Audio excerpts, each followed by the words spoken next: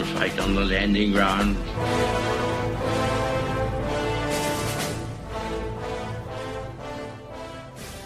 Thank you for joining us. You are listening to A Radio, and this is The Morning Moment.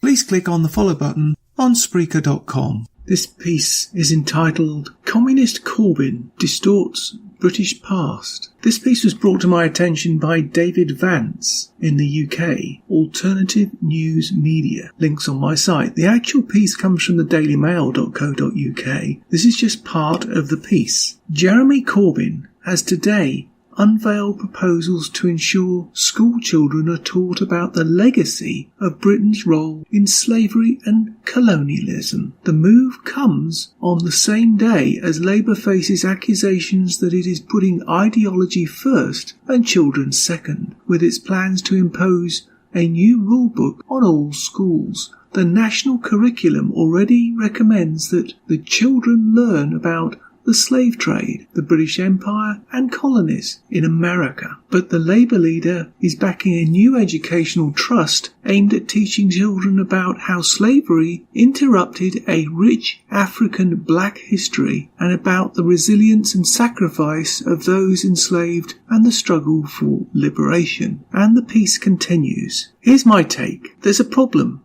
with this, and it's simple because his view, to put it politely, is just that. Imagine, if you could for a moment, there had been no British Empire. For example, in 1936, when Hitler came to power. Imagine if Britain hadn't been there to fight and stop the Japanese invasion before December 7, 1941. If Britain hadn't got the resources to help Russia, who initially turned on Britain, but only to realise their mistake and rely so heavily on British reinforcements and convoys to keep their defences alive against Germany. And also, if Britain hadn't had the Empire to help defend the homeland, which slowed down the Nazis before America joined the fight. Well, I ask you, where could we all be now? Not to mention the Free French having a base in the UK during World War II. And don't forget the fight against Japan that India put up. And don't forget Australia and New Zealand. And one of Britain's most important members of the empire at the time, Canada, with a vast navy that it could call on to help convoys across the Atlantic. And the huge advantage that Canada had by being next door to the United States, allowing the US to come up with Lend-Lease, which saved Britain's bacon. No, no, no. His argument, just like the Democrats in the US trying to rewrite history and the Liberal Communists in Canada, just don't hold water. It was a different time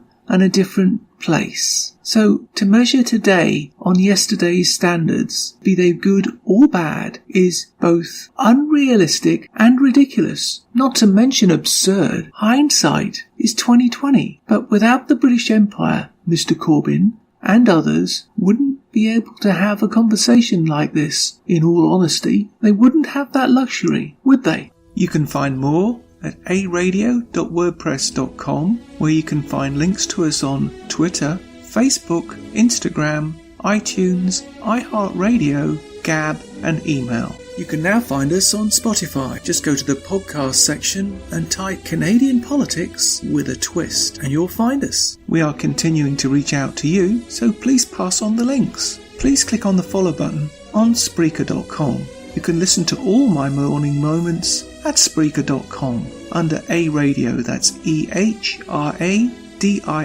A Radio. And please click on the like button. And you can find all my podcasts and morning moments at aradio.wordpress.com and click on the Morning Moments tab.